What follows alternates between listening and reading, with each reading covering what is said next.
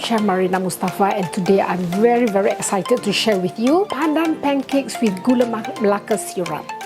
Okay, I'm going to start off doing the syrup first because the syrup needs to cool down. So we're going to turn this on high at first. Water goes in. Okay, and then the sugar. The sugar actually helps caramelize the liquid into a syrup because it will become sticky and gooey. The Gula Melaka will give the beautiful aroma and the sweetness. So this is 1 cup.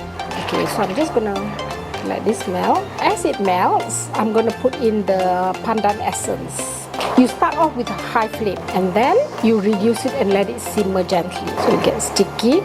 Okay, so I'm just gonna let this simmer. The moment everything melts down, I'm gonna reduce the temperature and let it thicken a bit.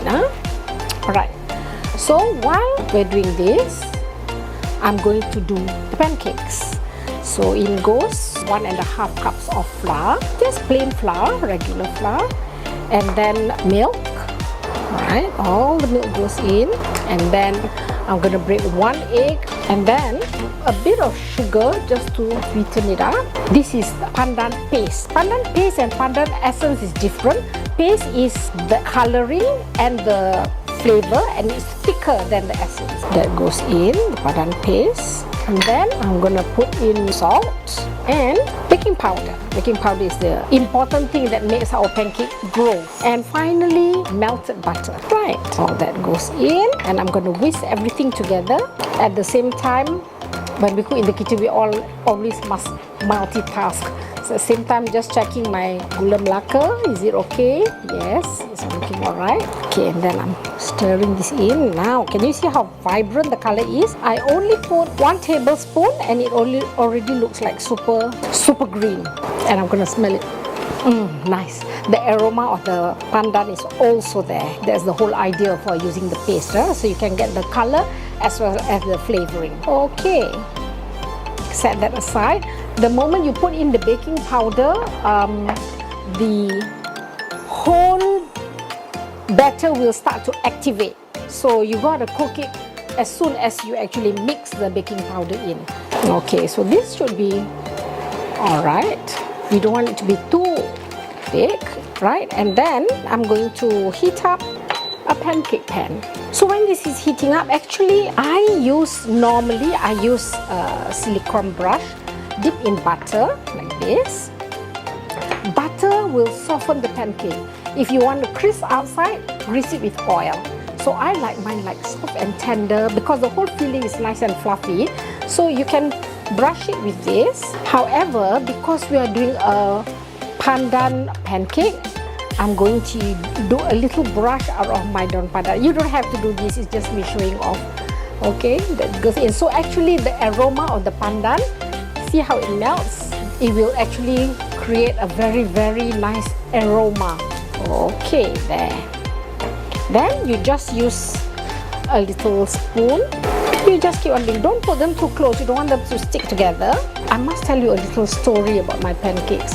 I have a particular recipe that I've been using for absolute years to do my pancakes, and I like my recipe actually. But one day my little daughter, my youngest daughter, came upstairs and said, "Mom, I just made some pancakes for us and it was so beautiful. It's even nicer than my pancake." Then I realized that her secret ingredient is the melted butter, which is why I put it in this recipe, because I want to share with you the best pancake recipe. Alright, so can you see the bubbling here? It means that it's almost nice, ready cooked. You want it to be cooked all round, right through. Okay, so we just let the sides cook. Looks yummy. Right, we're just gonna let it cook on all sides. So I can see the sides are not yet cooked, so I'm not gonna flip it. The moment it's cooked, we're just gonna do a little flip, just like that, huh?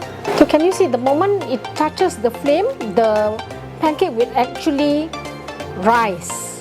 It's because of the baking powder. So this is nice. I can feel like it's poofy. When you touch it, it's like bouncy. You can already lift it up, ready to serve. Okay, that's nice. See, when it doesn't lift up, don't force it to lift up. Let it rise at its own pace. Don't rush. When you're cooking, you shouldn't rush the process. And then you can go on to the next one. Just a little brush. And then another spoon. Okay, done. You know it starts cooking when there's little holes. See, can you see how it's bubbling? This is how it should be. There, this is perfect. We continue until all the batter is finished. As you flip it over, you can see that it's also becoming more and more puffy because the other side is now cooking. Okay, so now I'm gonna pour my Gula Melaka syrup. Ooh, that looks yummy. Sticky, chewy, fluffy, all the delicious textures. I feel like having this whole tray to myself. Enjoy my recipe. Look at CookX app for my full recipe. And don't forget to order the eco pack.